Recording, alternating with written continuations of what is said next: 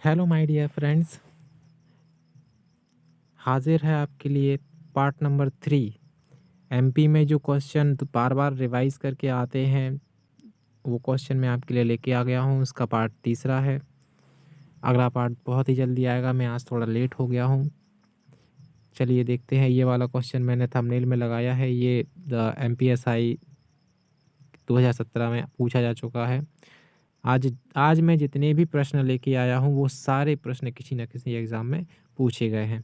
चलिए बिना किसी विलंब के वीडियो शुरू करते हैं। वीडियो शुरू करने से पहले आपको सिर्फ इतना बताना चाहता हूँ कि आज एमपी हाई कोर्ट के स्टेनोग्राफर असिस्टेंट ग्रेड 3 बच्चों के लिए एमपी हाई कोर्ट के द्वारा एक अपडेट निकाला गया है। यदि आपको पता हो तो ठीक है, वरना मैं वीडियो के बीच में बताऊंगा आपको। ठीक है, चलिए शुरू करते हैं वीडियो। पहला प्रश्न है, सांची पहाड़ी की चोटी पर असली पुरातत्व संग्रहालय की स्थापना किसने की थी? प्रश्न आपका है। ऑप्शन है Marshall Durand, Charles Correa, sir John Marshall, sir Thomas Roe. चलिए बताइए आप। ऑप्शन है आपका सर जॉन मार्शल, ये सही है। ये क्वेश्चन आया था एमपी कांस्टेबल परीक्षा, ये आया था 2017 में। ठीक है, इसका आंसर देख लेते हैं अपन। सी। 1919 में भारत के आर्कियोलॉजिकल सर्वे ऑफ इंडिया के तत्कालीन governor general sir John martial ने सांची की पहाड़ी के ऊपर संग्रहालय की स्थापना की थी। सन ज्ञात है इसमें, डिपार्टमेंट ज्ञात है इसमें, तत्कालीन गवर्नर जनरल याद है, इनका नाम पूछा गया था, स्थान है तो सांची है। ठीक है, अगला क्वेश्चन देखिए।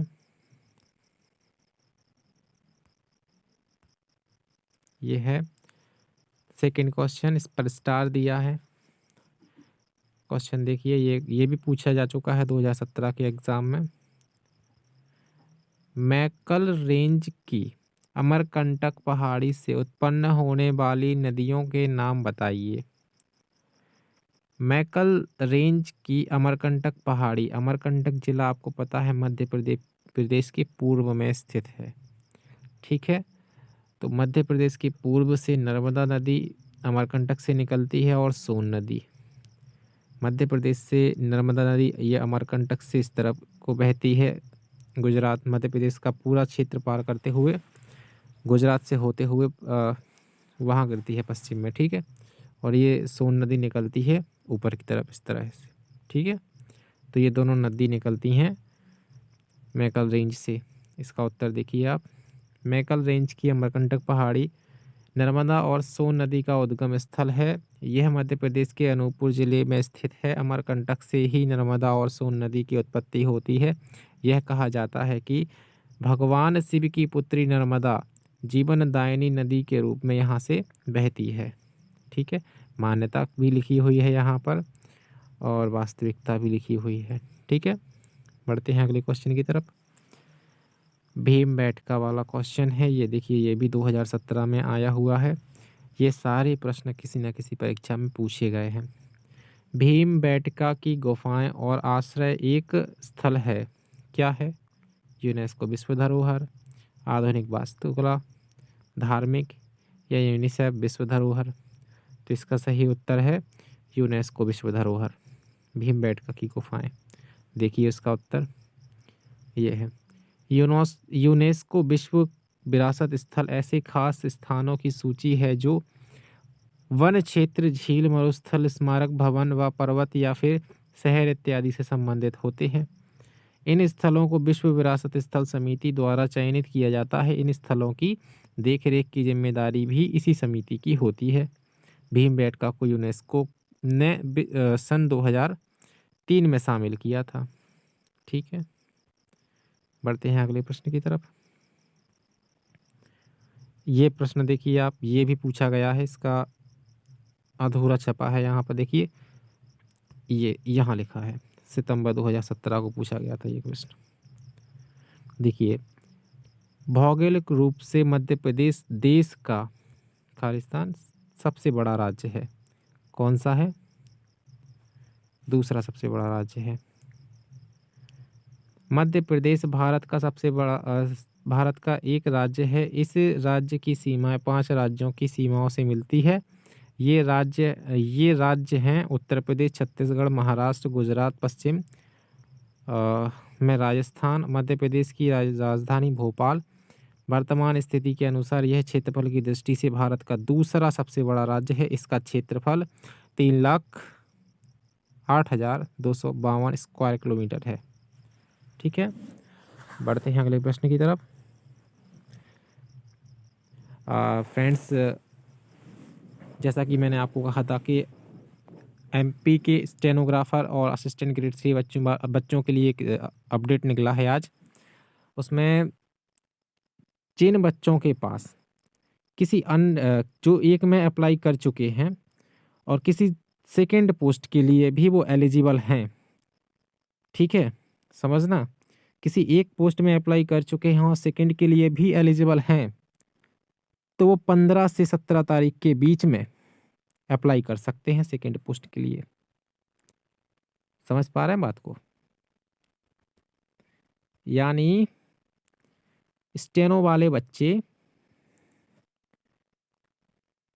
असिस्टेंट ग्रेड 3 के लिए एलिजिबल होंगे, ठीक है, तो असिस्टेंट वाले फॉर्म को भर सकते हैं।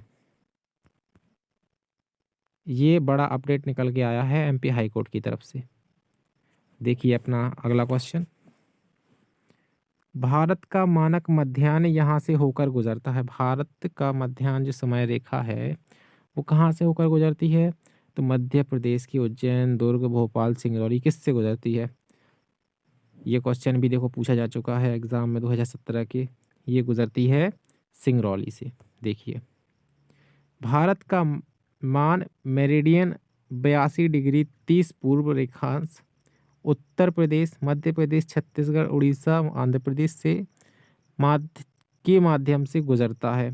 ठीक है, उसने स्टेट बता दिए। और मध्य प्रदेश में यह सिंगरौली से गुजरता है।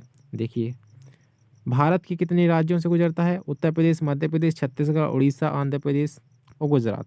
सॉरी, आंध्र प्रदेश। ठीक है, उत्तर प्रदेश, मध्य प्रदेश, छत्तीसगढ़, उड़ीसा, आंध्र प्रदेश 5 स्टेटों से गुजरता है। ठीक है, और मध्य प्रदेश की सिंगरौली से गुजरता है। ठीक है, याद रखना।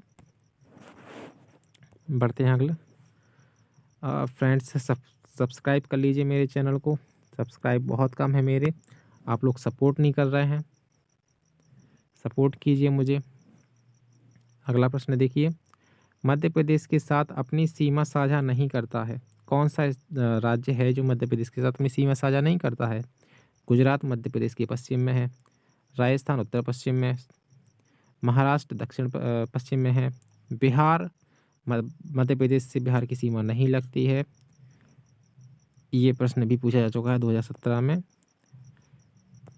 देखिए उत्तर, मध्य प्रदेश की सीमाएं उत्तर प्रदेश, छत्तीसगढ़, महाराष्ट्र, गुजरात, राजस्थान से मिलती हैं। इनकी सीमाएं बिहार राज्य से नहीं मिलती हैं। यह कुल 5 राज्यों के साथ सीमा साझा करता है या छूता है। बात तो एक ही है।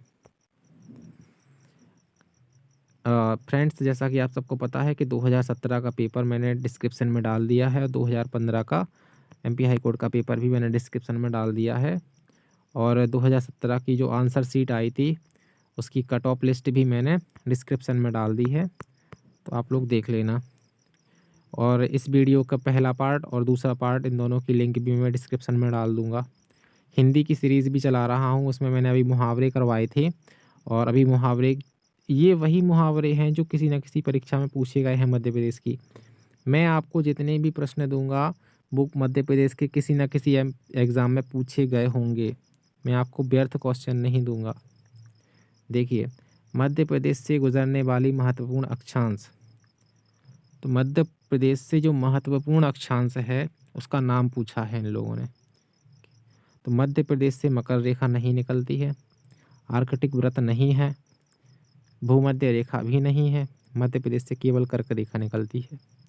ये प्रश्न 2017 का है। देखिए, कर्क रेखा मध्य प्रदेश से गुजरने वाली महत्वपूर्ण अक्षांश 23.5 डिग्री है। यह रेखा भारत के 8 राज्यों से होकर गुजरती है।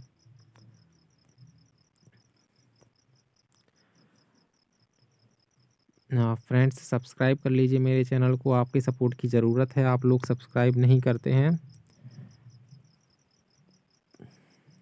देखिए अगला क्वेश्चन, निम्नलिखित में से कौन सा क्षेत्र मध्य प्रदेश में नहीं है? बघेलखंड, मालवा, महाकौशल, छोटा नागपुर। बघेलखंड मध्य प्रदेश में है, मालवा रीजन मध्य प्रदेश में है, महाकौशल मध्य प्रदेश में है, जबलपुर वाला क्षेत्र है ये, और ये छोटा नागपुर है, ये नहीं है अपने पास, ये जा चुका है अपने पास से। ये क्वेश्चन 2017 का है। देखिए छोटा नागपुर पठार में उड़ीसा, पश्चिम बंगाल, बिहार, छत्तीसगढ़ के भाग शामिल हैं। यह क्षेत्र विभिन्न किस्म के खनिजों के लिए प्रसिद्ध है। छोटा नागपुर का पठार मध्य प्रदेश से तब मिलता था जब मध्य प्रदेश अविभाजित था। जब मध्य प्रदेश की संरचना छत्तीसगढ़ के साथ मिलाने से बनती थी, है ना, कुछ ऐसा था मध्य प्रदेश। बहुत मध्य प्रदेश में छत्तीसगढ़ साथ मिला हुआ था, आप लोगों को तो पता ही है। अब छत्तीसगढ़ यहाँ से अलग हो गया है तो ये छोटा नागपुर का पठार कट गया है मध्य प्रदेश से। मालवा का रीजन ये है, बघेलखंड, ये बुंदेलखंड का रीजन है, ये बघेलखंड का है, ये नर्मदा सोन घाटी है ना। चलिए अगला प्रश्न देखते हैं, प्रश्न क्रमांक 9। ये MPSI का प्रश्न है, MPSI के एग्जाम में पूछा गया था 2017 में। ये देखिए, रीवा पन्ना पठार मध्यवर्ती पहाड़ी इलाके के कौन से क्षेत्र में स्थित है? रीवा पन्ना का पठार, तो ये रीवा पन्ना का पठार देखिए, रीवा और पन्ना मध्य प्रदेश के उत्तर और पूरब की दिशा में है, इस तरफ ऐसी दिशा में है, ठीक है। तो ये कहाँ पर है? उत्तर पूर्वी क्षेत्र में है, मध्य प्रदेश के बिल्कुल से उत्तर पूर्वी कॉर्नर पर है ये रीवा पन्ना का पठार। देखिए रीवा पन्ना मध्यवर्ती पहाड़ी इलाका उत्तर पूर्वी क्षेत्र में स्थित है। इस क्षेत्र में टोन्स, केन, सोनार, त्यारमा और बीहड़ नदियाँ प्रवाहित होती हैं। इस पठार की ऊंचाई 300 से 400 मीटर तक है। यह बलुई लाल एवं पीली मिट्टी पाई जाती है यहाँ। इस क्षेत्र के पूर्व में चावल की खेती होती है। इस क्षेत्र के पूर्व में चावल की खेती होती है और उस क्षेत्र के पूर्व में छत्तीसगढ़ है और छत्तीसगढ़ को धान का कटोरा कहा जाता है। ये बात आप सब जानते हैं। और पूर्वी रीजन चावल के लिए प्रसिद्ध भी है, उसे धान का कटोरा भी कहा जाता है, ठीक है। बढ़ते हैं अगले क्वेश्चन की तरफ। 10वां क्वेश्चन देखिए, ये भी MPSI में आया हुआ है, 2017 के 31 अक्टूबर को हुआ था जो पेपर द्वितीय पाली में। ये क्वेश्चन है, मध्य प्रदेश के निम्नलिखित जिलों में से कौन सा जिला उत्तर प्रदेश और छत्तीसगढ़ दोनों राज्यों के साथ सीमा साझा करता है? दमोह, झाबुआ, सीधी, रीवा। बताइए आप लोग। ये जिला है अपना सीधी, ठीक है। देखिए मध्य प्रदेश का सीधी जिला उत्तर प्रदेश छत्तीसगढ़ दोनों राज्यों के साथ सीमा साझा करता है। सीधी जिले का प्राकृतिक, सांस्कृतिक और ऐतिहासिक महत्व है। सोन इस जिले की महत्वपूर्ण नदी है। यह नदी प्राकृतिक संपदा से भरपूर है, ठीक है। अब कोई ऐसा भी पूछ ले कि मध्य प्रदेश और छत्तीसगढ़, ये क्या नाम, उत्तर प्रदेश और छत्तीसगढ़ के बीच से मतलब होने वाली प्रवाहित होने वाली नदी या सीमा के आसपास से प्रवाहित होने वाली नदी है ना, तो वो अपनी सोन ही है। अगला प्रश्न, ये भी देखो MPSI में पूछा गया है 2017 के पेपर में। मध्य प्रदेश राज्य के अक्षांश का विस्तार क्या है? अक्षांश एक होते हैं लॉन्गिट्यूड और एक होते हैं लैटिट्यूड, तो इन्होंने पूछे हैं अपन को अक्षांश। ये पृथ्वी है और इसको बिल्कुल सीधा 20 से काट दो, ये इक्वेटर है 0 डिग्री, ठीक है 0 डिग्री। तो जब भी अपन ऐसे काटते चलेंगे जितनी बार भी, तो ये सारे कहलाएंगे अक्षांश, ठीक है। ये दक्षिणी अक्षांश हो गया, ये उत्तरी अक्षांश हो गया, ठीक है। नॉर्थ पोल साइड, ये साउथ पोल साइड, है ना। और लैटिट्यूड की बात करें, सॉरी लैटिट्यूड बात हो गई अपनी, लॉन्गिट्यूड यानी देशांतर। तो ये मानक समय रेखा है, ग्रीनविच से होकर जाती है, और ये देशांतर है, ठीक है। ये सीधे होते हैं बिल्कुल, ये इस तरफ होते हैं पश्चिम की तरफ वेस्ट, और इस तरफ होते हैं ईस्ट की तरफ ईस्ट, ठीक है। तो इन्होंने पूछा है अपना अक्षांश के बारे में, अक्षांशीय विस्तार, यानी जो अपना भारत है तो वो अपना मध्य प्रदेश है, मध्य प्रदेश कौन से अक्षांश पर है, तो अपना मध्य प्रदेश पड़ता है नीचे से, देखिए इसका उत्तर नीचे से 21, 26 और 26, 30, ये है अपना 21, 6 और 26, 30, ठीक है ए। तो ये नीचे पड़ेगा अपना 21 डिग्री 6 कला, ठीक है, और ऊपर की तरफ पड़ेगा ये अपना 26 डिग्री और 30 कला, यानी यहाँ से लेकर यहाँ तक फैला है मध्य प्रदेश। ये सीमाएं होती हैं अक्षांश में, ये दक्षिणी सीमा है, ये उत्तरी सीमा है। ये चूंकि इक्वेटर से ऊपर नॉर्थ की तरफ है, तो इन दोनों को उत्तरी बोला जाएगा कि 21 डिग्री उत्तरी से 26 डिग्री उत्तरी तक, यहाँ से यहाँ तक, है ना। चलिए, ग्लोब पर हरियाणा राज्य की वर्तमान भौगोलिक स्थिति, ये हरियाणा का क्यों बता रहा है, मध्य प्रदेश का पूछा ना अपन ने तो। चलिए इस क्वेश्चन को मैं देखूंगा, ठीक है। धन्यवाद मित्रों, थैंक्स फॉर वॉचिंग। सब्सक्राइब कीजिए मेरे चैनल को, लाइक कीजिए, शेयर कीजिए अपने फ्रेंड सर्कल में। अभी आप लोगों के सपोर्ट की मुझे सख्त ज़रूरत है। सब्सक्राइबर मेरे बहुत कम हैं, आप लोग वीडियो देखते हैं लेकिन सब्सक्राइब नहीं करते हैं।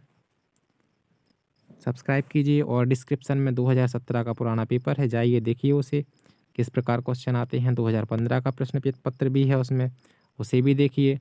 2017 की रिजल्ट लिस्ट भी है उसमें, कट ऑफ कितना गया था, एक्सपेक्टेड कट ऑफ कितना होने वाला है, वो सब बताया है मैंने, है ना। और विशेष न्यूज़, जो अभी एमपी हाई कोर्ट ने आपके लिए लेटर निकाला है, एमपी हाई कोर्ट का जो भी लेटर आया है आज, उसके बारे में आपको बताऊंगा। मैं अभी जस्ट इसके बाद वीडियो बना रहा हूँ, वो लेटर लेके आ रहा हूँ, और उसमें क्या बताया है एमपी हाई कोर्ट ने वो सब बताऊंगा मैं आपको। उसकी लिंक भी मैं डिस्क्रिप्शन में डाल दूंगा अभी आपके लिए, ठीक है। धन्यवाद, ओके बाय, मिलते हैं अगली वीडियो में।